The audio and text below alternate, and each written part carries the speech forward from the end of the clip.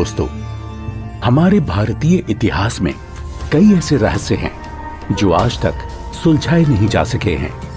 इनमें से एक ऐसा रहस्य है जो पूरे विश्व को हैरान कर रहा है, और वो है जगन्नाथ मंदिर का रहस्य। तो चलिए इस रहस्य को सुलझाने का प्रयास करते हैं। कहते हैं इतिहास को कभी मिटाया नहीं जा सकता। वो इतिहास ही है जो हजारों लाखों वर्षों में घटित हुई अतीत की घटनाओं को चलचित्र की तरह हमारे सामने रूबरू करा देता है। जगन्नाथ मंदिर भारत के ओडिशा राज्य में स्थित एक हिंदू मंदिर है। जगन्नाथ मंदिर को भारत के सबसे पवित्र मंदिरों में से एक माना जाता है। जगन्नाथ मंदिर के बारे में कई रहस्य हैं। एक रहस्य ये है कि मंदिर में स्थापित मूर्तियां अधूरी क्यों हैं? मंदिर का निर्माण कैसे हुआ? इस मंदिर में छुआछूत क्यों नहीं है? इन सभी रहस्यों को जानने के लिए देखते हैं सत्य घटनाओं पर आधारित ये 2D एनिमेशन वीडियो। ईश्वर की लीला अपरंपार है और स्वयं पूर्ण परमेश्वर इस मंदिर के निर्माण में किस प्रकार शामिल रहे हैं, ये बात आज तक आमजन के लिए रहस्य ही रखी गई। आइए उस सत्य से रूबरू होते हैं और जानते हैं आखिर कैसे बना। उड़ीसा के तत्कालीन राजा इंद्रदमन, जो कि बहुत धार्मिक प्रवृत्ति के थे और श्री कृष्ण जी की इष्टतम रूप में पूजा किया करते थे, एक रात जब राजा इंद्रदमन आराम फरमा रहे थे, तब श्री कृष्ण जी उनके स्वप्न में आकर दर्शन देते हैं और उनसे कहते हैं,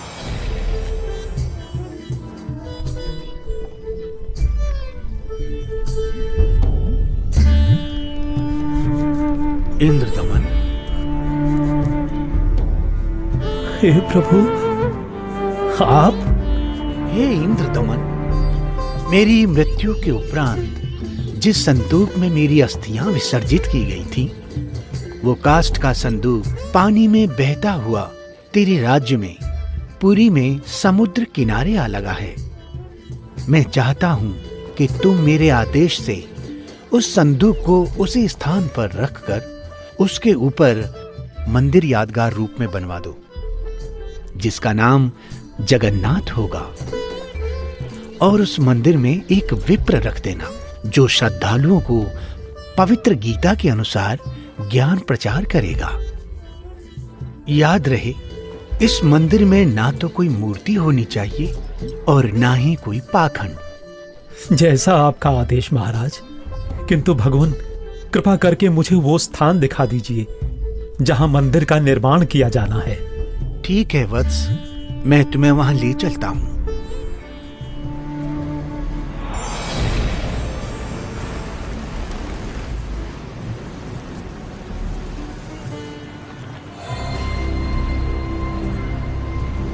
इंद्रदमन, यही वह स्थान है जहां तुम्हें हमारा मंदिर बनाना है।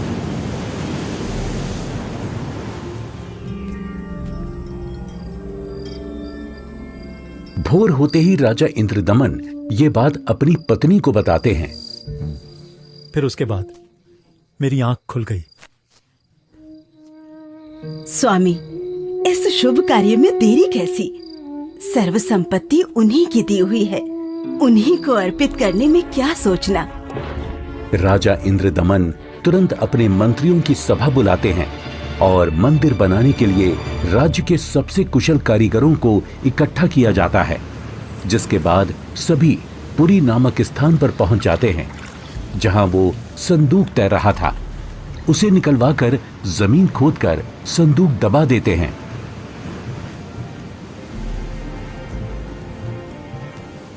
और देखते ही देखते उस संदूक के ऊपर मंदिर बनाने का काम शुरू हो जाता है।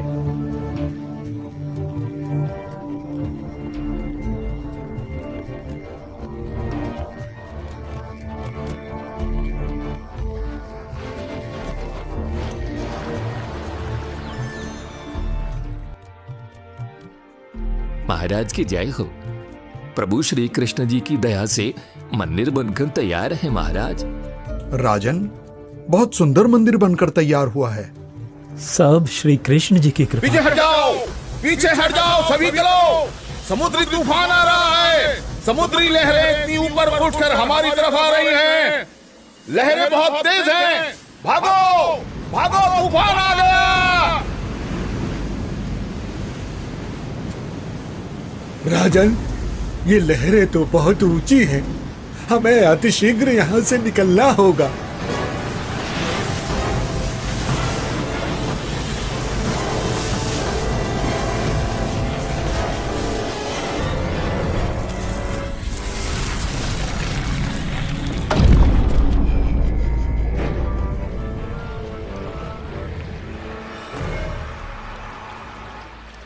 हे भगवान, ये क्या अनर्थ हो गया। समुद्र की लहरों ने मंदिर को तहस नहस कर दिया है महाराज। जगन्नाथ मंदिर के तैयार होते ही समुद्री लहरों का आना और मंदिर को अपने आगोश में समा लेना, ये घटना सिर्फ एक बार नहीं अपितु 5 बार घटित होती है।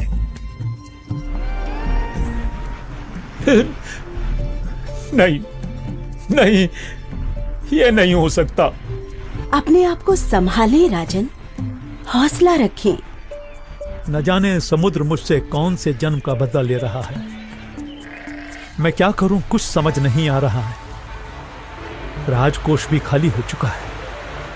अब और मंदिर बनवाने का मेरा सामर्थ्य ही नहीं बचा। हे भगवान, यह तुच्छ जीव आपके आदेश का पालन अब नहीं कर पाएगा। मुझे माफ कर देना भगवान, माफ कर देना। राजा के 100 यत्न करने के बावजूद मंदिर नहीं बन रहा था। तब काल ब्रह्म से हुए वचन के मुताबिक सर्व सृष्टि के रचनाहार, सभी आत्माओं के जनक, दुखहर्ता कबीर प्रभु अपने निज धाम सतलोक से आकर वहां प्रकट होते हैं और एक संत रूप में राजा के दरबार में पहुंच जाते हैं।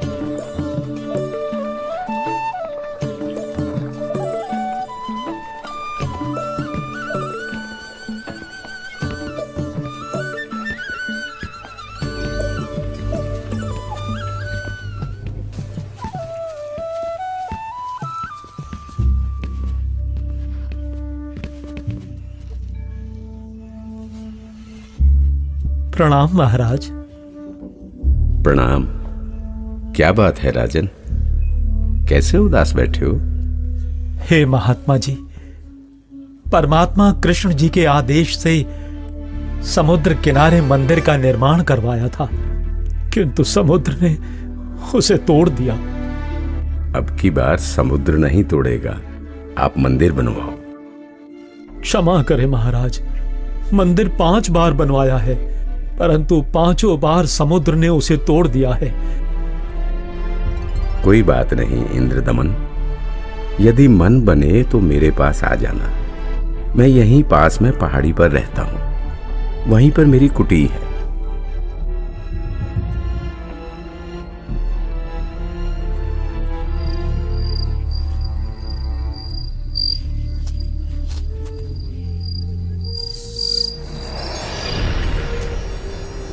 इंद्रदमन, एक बार फिर मंदिर बनवा दे।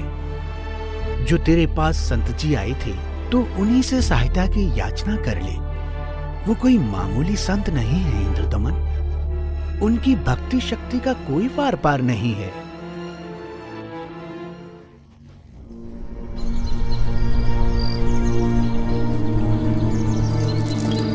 क्या हुआ महाराज?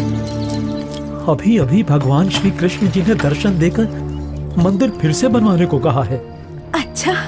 और बताया है कि जो संत समुद्र को रोकने की बात कर रहे थे वो बहुत शक्ति युक्त हैं।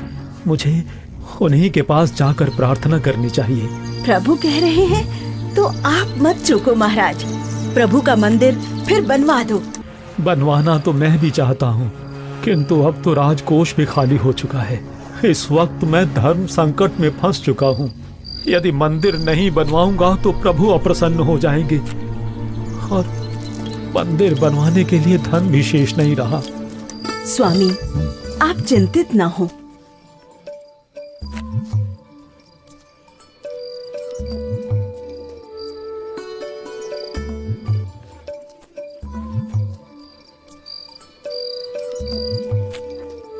मेरे पास आभूषणों की कोई कमी नहीं है। किंतु रानी, आपके आभूषण। अभी उसकी चिंता आप ना करें राजन। आपका और मेरा दुख एक ही है, दो नहीं है। आप संकट में हैं, मैं इन आभूषणों का क्या करूंगी? आप बस भगवान के आदेश के अनुसार मंदिर निर्माण का कार्य पुनः प्रारंभ करवाएं।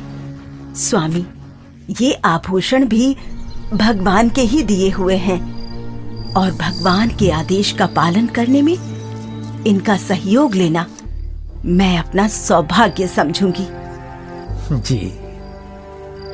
सुबह उठते ही राजा इंद्रदमन अपने महामंत्री को बुलाकर भगवान श्री कृष्ण जी के आदेश के बारे में बताते हैं। आप जाइए और मंदिर कार्य पुनः प्रारंभ कराने की तैयारी करें।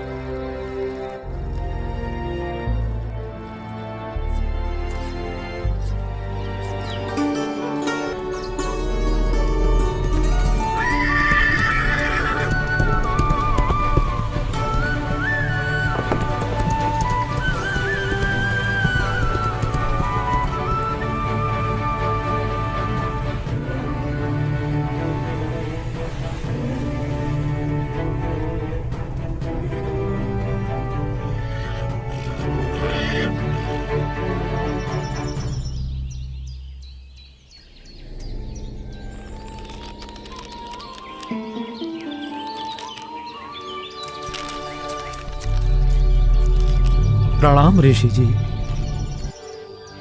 कहो इंद्रदमन, कैसे आना हुआ? हे महात्मा, मुझे माफ कर दो। मैंने आप पर विश्वास नहीं किया। स्वप्न में भगवान श्री कृष्ण जी ने बताया है कि आप समर्थ ऋषि हैं। मुझ दीन पर कृपा करो। राजन, जिस ओर से समुद्र हर बार आकर मंदिर को बहा ले जाता है, आप उस ओर एक छोटा सा चबूतरा बनवा दें, जिस पर बैठकर मैं परमात्मा की भक्ति करूंगा। जो आज्ञा महाराज। कुछ समय बाद मंदिर का निर्माण कार्य तकरीबन पूरा हो चुका था। एक दिन राजा स्वयं खड़े होकर निर्माण कार्य देख रहे होते हैं। तभी वहां गोरखनाथ जी आ जाते हैं। प्रणाम स्वीकार करें महात्मन। इंद्रदमन, आप भगवान का इतना सुंदर मंदिर बनवा रहे हैं, किंतु सुना है कि इस मंदिर में कोई मूर्ति नहीं लगा रहे। ऐसा क्यों? मुनिवर क्षमा करें। भगवान श्री कृष्ण ने स्वयं स्वप्न में आकर मुझे मूर्ति लगाने से मना किया है। राजन, सपना तो सपना ही होता है। आपको हमारे आदेश का पालन करना होगा। मंदिर में भगवान कृष्ण की मूर्ति की स्थापना की जाए। हे महात्मन, जैसा आपका आदेश। हाँ, और याद रहे, मूर्ति चंदन की लकड़ी से बनाई जाए। राजा ने अपने मंत्रियों को बुलाया और विचार विमर्श करने के बाद अन्य संतों से कहा कि राजन, अकेले भगवान का मन कैसे लगेगा? मंदिर में भगवान श्री कृष्ण जी के साथ साथ बलराम और सुभद्रा की मूर्ति भी स्थापित की जाए। राजा ने मूर्ति बनाने के लिए एक कुशल कारीगर ढूंढने की बात कही। मंत्रियों ने 3 कुशल कारीगरों को बुलाकर मूर्तियां बनवाना शुरू कर दिया। अब एक तरफ मंदिर तो दूसरी तरफ मूर्तियां बनाने का काम चल रहा होता है, किंतु कुछ समय बाद पता चलता है कि जिस तरह मंदिर बार बार टूट रहा था, अब इस प्रकार मूर्तियों के भी अपने आप टुकड़े टुकड़े होने लगते हैं। और ऐसा 3 बार होता है, जिसे देख राजा इंद्रदमन बहुत चिंतित हो जाते हैं, किंतु भगवान से भक्त का दुख देखा नहीं जाता।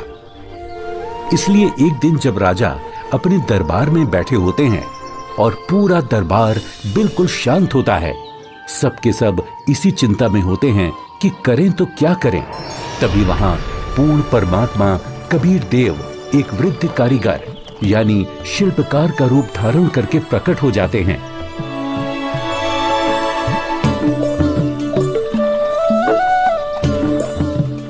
राजा से कहो कि मैं एक शिल्पकार हूँ और मूर्ति बनाना बड़े अच्छे से जानता हूँ।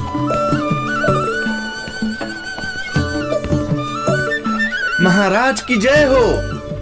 महाराज, बाहर एक वृद्ध व्यक्ति आया है और अपने आप को मूर्तिकार बता रहा है। आपसे मिलना चाहता है महाराज। अवश्य, उनको अवश्य आने दिया जाए। जो आदेश महाराज।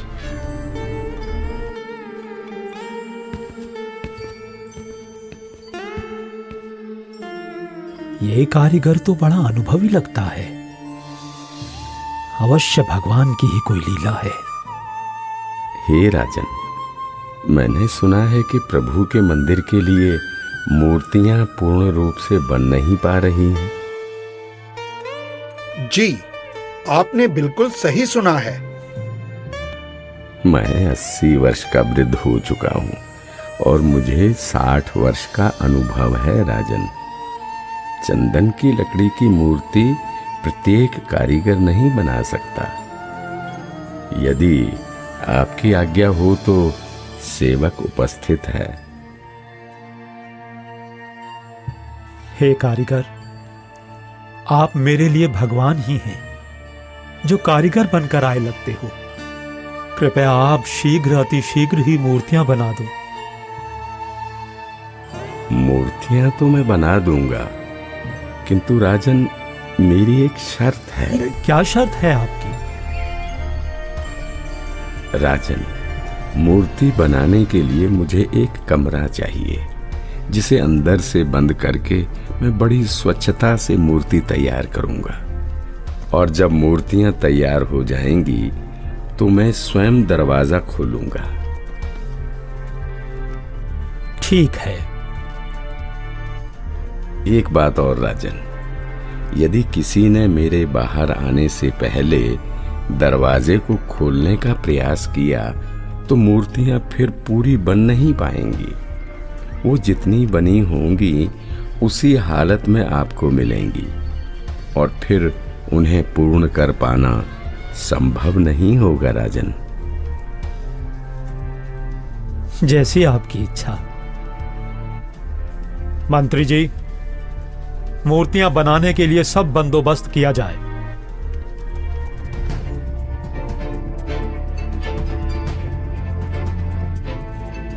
प्रणाम महात्मा जी। इंद्रदमन, मूर्तियां बनवाई क्या? आपकी आज्ञा का पालन पूर्ण रूप से किया गया है महात्मा जी, परंतु मेरा दुर्भाग्य है कि मूर्तियां बन नहीं पा रही हैं। बनते बनते ही सबके टुकड़े टुकड़े हो जाते हैं। मूर्तियां अवश्य बनवानी है राजन, आप बनवाओ। मैं देखता हूं कैसे टूटती है मूर्ति। हे नाथ जी, प्रयत्न किया जा रहा है। प्रभु का भेजा एक अनुभवी कारीगर बंद कमरे में मूर्तियां बना रहा है। राजा इंद्रदमन नाथ जी को सारी स्थिति से अवगत करवाते हैं और कारीगर की शर्त के बारे में भी बताते हैं, किंतु महात्मा नहीं मानते। वो मूर्तियां देखने की जिद करने लगते हैं और राजा के मना करने के बावजूद भी उस कमरे के सामने पहुंच जाते हैं जहां मूर्ति बनाने का काम चल रहा होता है।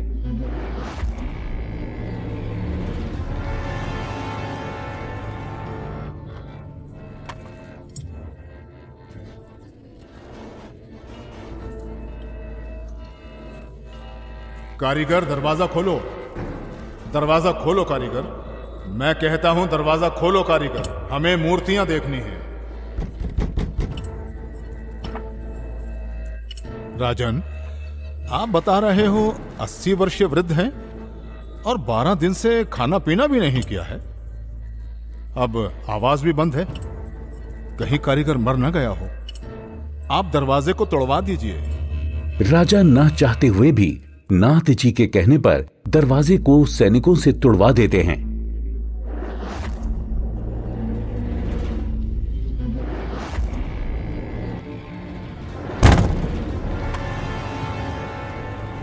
दरवाजा खुलने पर अंदर कोई कारीगर नहीं मिलता। वहां श्री कृष्ण, बलराम और सुभद्रा जी की 3 मूर्तियां रखी होती हैं, परंतु उन मूर्तियों के हाथ और पैर के पंजे नहीं बन पाए थे। ये देखकर सभी चौंक जाते हैं। हे भगवान, वो बुजुर्ग कारीगर तो यहां है ही नहीं। इसका मतलब वो कोई साधारण व्यक्ति नहीं थे, बल्कि स्वयं भगवान ही थे। मंदिर का निर्माण पूरा हो चुका है। अब इन्हीं मूर्तियों को भगवान की इच्छा समझकर मंदिर में स्थापित करवा दो राजन। हो सकता है प्रभु को यही स्वीकार हो। लगता है श्री कृष्ण ही स्वयं मूर्तियां बनाकर गए हैं। मंदिर का निर्माण कार्य संपन्न हो चुका था। अब बारी थी तो मूर्तियों में प्राण प्रतिष्ठा की, जिसके लिए राजा, रानी, मंत्री, महामंत्री और काफी संख्या में पंडित ब्राह्मण मंदिर के सामने पहुंच जाते हैं।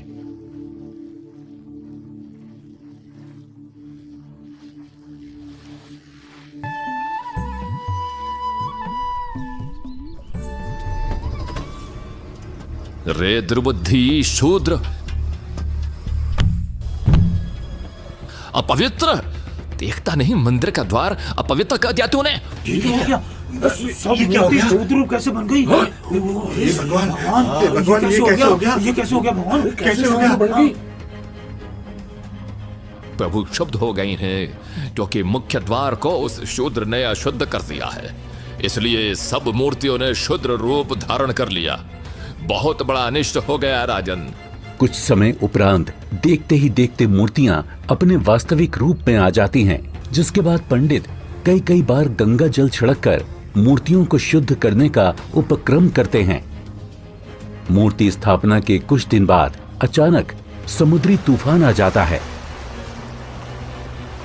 और समुद्री लहरें लगभग 40 फीट ऊंची उठकर बहुत तेज वेग में मंदिर की ओर चल पड़ती हैं।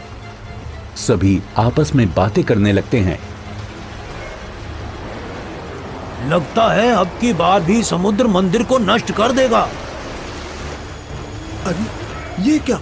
संत जी अभी भी वहीं पर बैठे हैं। अरे कोई उठाओ उनको वहां से। सभी चिल्लाते हैं, हट जाओ, हट जाओ, हट जाओ, वहां से पीछे हट जाओ, समुद्री तूफान आ रहा है। हट जाओ, हट जाओ, वहां से पीछे आ जाओ, महात्मा जी, पीछे आ जाओ। अरे अरे अरे अरे अरे ये क्या हो गया? ये क्या हो गया? ये क्या हो गया? अरे क्या हो गया? महात्मा जी ने पानी को वहीं पर रोक दिया है राजन। लगता है अब की बार मंदिर बच जाएगा। महात्मा अवश्य ही कोई परम शक्ति युक्त है।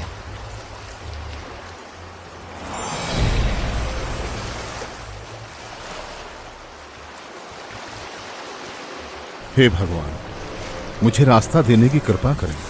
मैं मंदिर तोड़ने जाऊंगा। वत्स, ये मंदिर नहीं है। यहाँ पाखंड पूजा नहीं होगी, बल्कि गीता का ज्ञान सुनाया जाएगा। ये तो आश्रम है। आप जैसे बलवान को शोभा नहीं देता कि इसको विध्वंस करें। लेकिन मैं इसे अवश्य तोड़ूंगा, चाहे कुछ भी हो। अगर ऐसा है तो जाइए समुद्रदेव, तोड़िए।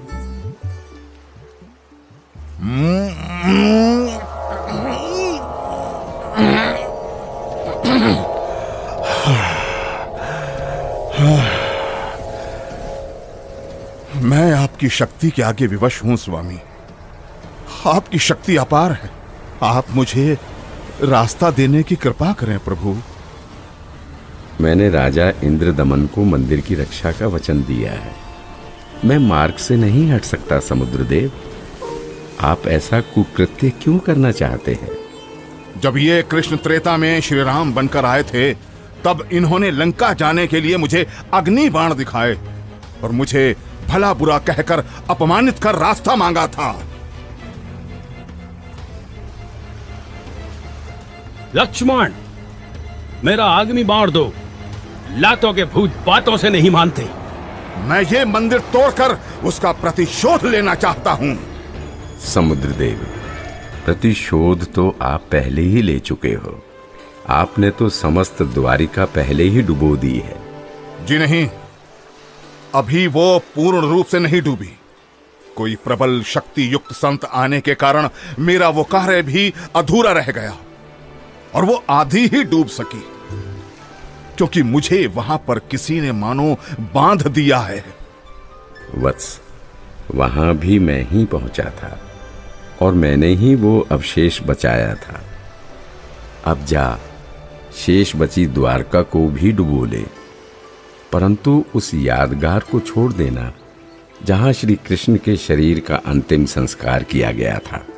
अन्यथा आने वाले समय में ये भ्रम पैदा होगा कि श्री कृष्ण की मृत्यु ही नहीं हुई। समुद्र, ध्यान देकर सुन। यदि फिर इधर मंदिर तोड़ने आया तो बात ठीक नहीं रहेगी।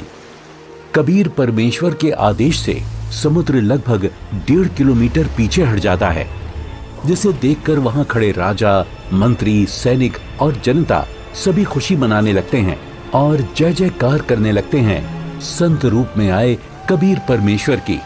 महात्मा की जय, महात्मा की जय हो, जय हो, जय हो, जय हो, जय हो।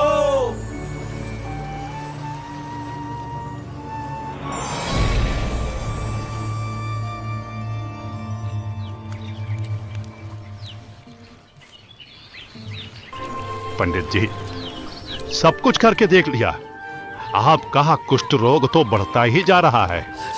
भगवान, हे परमेश्वर, ये क्या हो गया?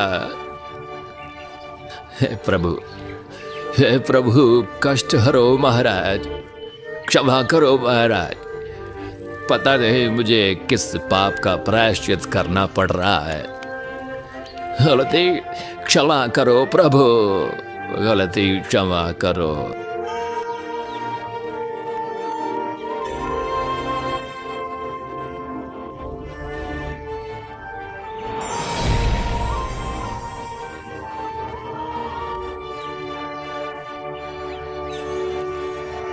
हे भक्त, तूने मुख्य द्वार पर खड़े एक संत को नीच जाति का समझकर धक्का दिया है।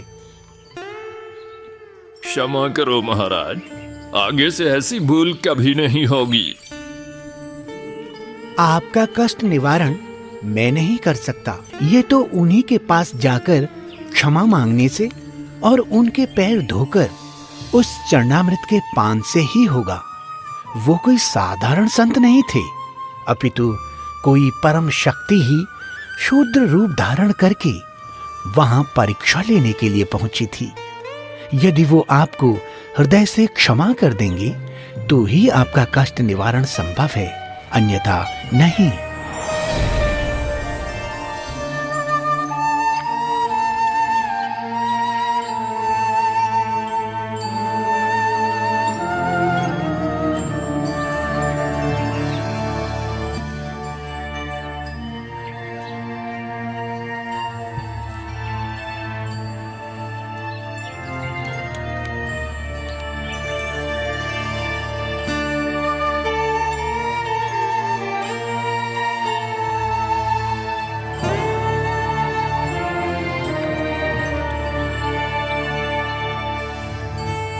सुना है कि पंडित जी ने प्राण प्रतिष्ठा वाले दिन जिसको धक्के मारकर मंदिर से बाहर गिराया था, भगवान श्री कृष्ण ने दर्शन देकर उन्हीं से माफी मांगने को कहा है। अच्छा? हाँ, मुनि की खोज सभी कर रहे हैं ताकि पंडित जी का कोढ़ का रोग ठीक हो सके। आसपास के पूरे क्षेत्र में घूमने के बाद भी जब परमेश्वर का वो शुद्र रूप कहीं दिखाई नहीं दिया, तब वापस मंदिर जाते समय पंडित जी मन ही मन भगवान से प्रार्थना करते हैं, प्रभु, प्रभु,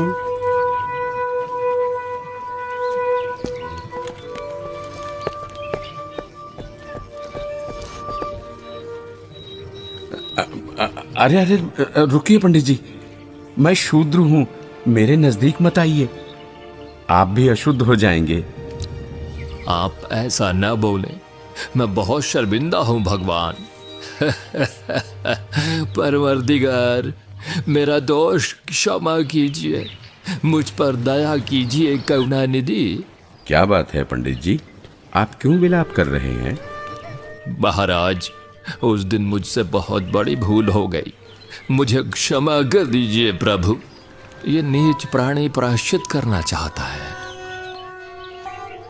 अपने चरणों का जल देने की कृपा करें जिससे मेरा कोढ़ ठीक हो सके प्रभु।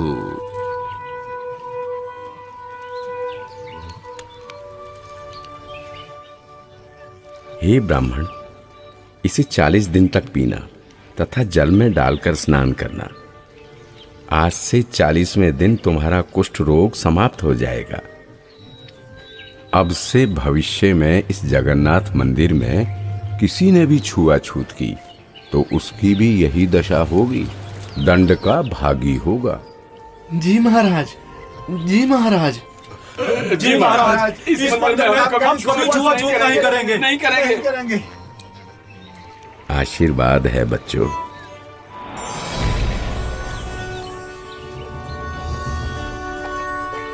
कहते हैं जगत का पेख ना पेख्या, धनी का नाम ना लेखिया। कोई कहता है कि मंदिर श्री कृष्ण जी ने बनवाया, तो कोई कहता है कि जगन्नाथ भगवान ने बनाया, लेकिन जो करने वाला था उसका कहीं नाम नहीं। खैर, वो परमात्मा अपने आप में ही पूर्ण है, वो किसी महिमा का मोहताज नहीं। तो आपने देखा कि किस प्रकार परमेश्वर कबीर देव जी ने संत रूप में प्रकट होकर समुद्र को रोककर जगन्नाथ मंदिर की स्थापना करवाई, कारीगर रूप में अवतरित होकर मूर्तियां बनाई और क्षुद्र रूप बनाकर मंदिर से छुआछूत जैसी बुराई को हमेशा हमेशा के लिए खत्म कर दिया। समर्थ का कार्य समर्थ ही कर सकता है। तो ये थी कहानी पुरी के जगन्नाथ मंदिर की, जिसे कबीर प्रभु ने बनवाया और हर वर्ग हर जाति के लोगों को समान अधिकार दिलवाया। जगन्नाथ मंदिर की सत्य कहानी का रहस्य संत रामपाल जी महाराज जी के मंगल प्रवचनों से लिया गया है। हम सभी संत रामपाल जी महाराज का कोटि कोटि धन्यवाद करते हैं, जिन्होंने हमारे शास्त्रों में छुपे गूढ़ रहस्यों को उजागर कर हमें सत्य से रूबरू कराया। आज वर्तमान में केवल संत रामपाल जी महाराज ही तत्वदर्शी संत हैं, जो भक्ति और भगवान के बारे में वास्तविक जानकारी दे रहे हैं। संपूर्ण आध्यात्मिक ज्ञान प्राप्त करने के लिए अवश्य सुने जगत गुरु तत्वदर्शी संत रामपाल जी महाराज के मंगल प्रवचन और अभी डाउनलोड करें संत रामपाल जी महाराज एप्लीकेशन।